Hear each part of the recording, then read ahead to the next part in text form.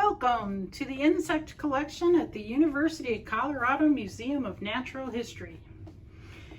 When I was a little girl growing up, I went to museums and I saw the exhibits and the displays and the educational materials.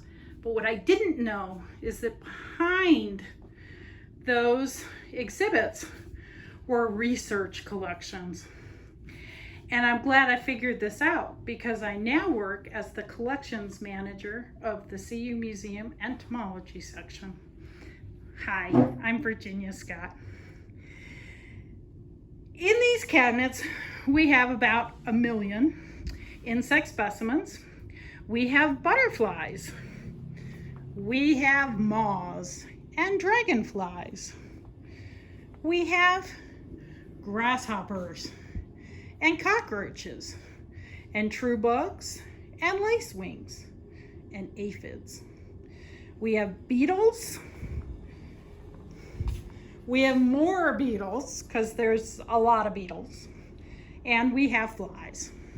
But my favorite part of the collection is the bees and the wasps, because I'm just a bee girl. So, in our cabinets, the cabinets prevent the insects from being bleached out by the sun. We have drawers and drawers and drawers of specimens. And in those drawers, the drawers help protect from dust and dirt.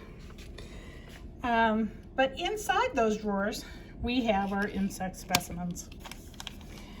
Now, in each box, we have all the same species. Sometimes we have multiple boxes of the same species. It's a very common species. And these insects, what makes them a specimen as opposed to just a dead bug in a box is that there is a label attached to each pin. Now, dried insect collections are typically preserved this way. The insects are stabbed on a pin. They're special insect pins that come in different diameters. And they also go through the label. And the label tells us where and when and who and how the specimens were collected. And each one of these specimens is unique. Even if it was collected on the same plant at the same time on the same day by the same person, it's still a unique individual. Now, people say to me, why do you need so many of the same thing? Especially for really common species where we have drawers and drawers of the same species. Well, half the time we don't know what we're collecting while we're in the field because insects are very hard to identify. You have to bring them back, put them under the microscope. Sometimes you're looking at characters on the teeth on the mandibles, in the case of Megachile, or you might be looking at male genitalia. You also may have to look at the size and density of punctures, the proportion of the length of the leg compared to the width of the leg, or the color of the hairs. These are characters you can't see in the field.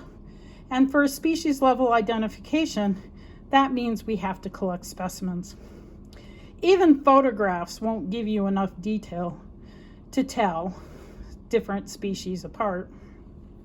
In fact, Frigida here has a close relative, and they look pretty similar. These all look pretty similar. And basically what the difference is the teeth on the females and hair patterns and genitalia on the males. So, photographs also, while they're good at documenting, and I highly encourage people to photograph insects in their yard and submit them to iNaturalist or Bug Guide. But for bees, the best you're going to get pretty much is going to be a generic level identification. It still teaches you a lot, but species level identifications on photographs is pretty much impossible. The other thing photographs don't do is they don't provide you with DNA. And nowadays, DNA is an important part of research. Not only, hold on. Not only do you get the DNA out of the insect, but you can also get the DNA out of gut parasites and pathogens, and then you can look at why or how insects may be declining in the case that it could be a disease.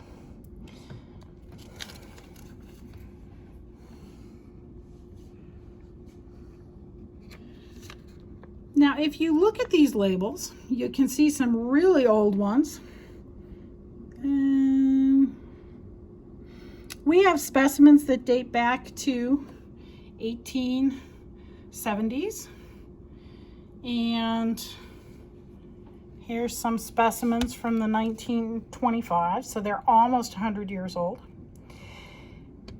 One of the things we do is document natural history. If we were to stop collecting at this point, we would not have a record of what's currently here. And 50 years from now or 100 years from now, we would not have that history preserved in our specimens. So it's important that we keep collecting.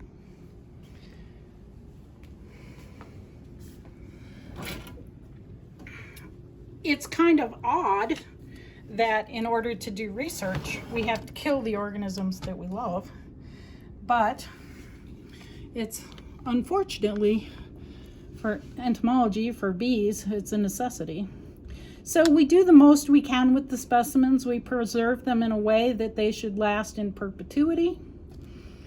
We now database and image them, make their data available online. We do use them in exhibits. So we use them to educate the public. And when you really think about it, yes, we're pushing 200,000 dead bees in our collection. But that's collected over the span of more than 100 years. And over thousands of species.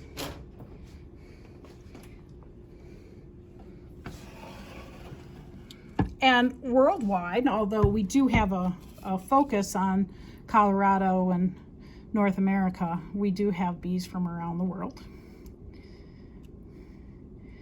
And if you think about males looking different than females, and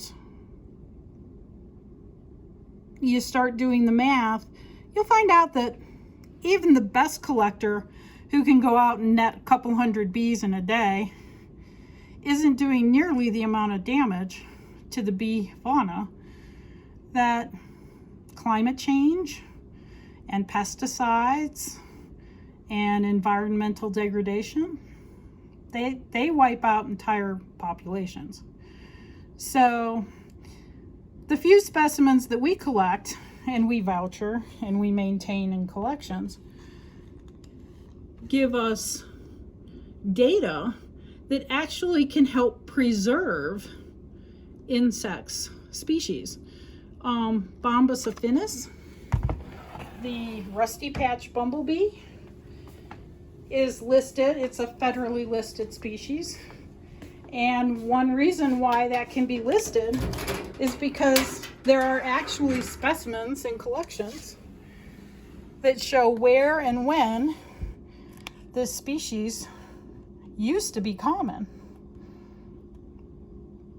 These are some of our rusty patches. Now, rusty patch does not occur in Colorado. It never did. So we don't have to worry when we go out to collect.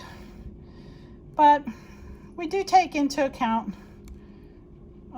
populations and declines, and we don't just haphazardly collect. We collect as part of research projects, and then we maintain those specimens. So, welcome to the entomology collection. And I hope that gives you a little bit of a background as to why and how and what occurs in a research collection. Bye-bye.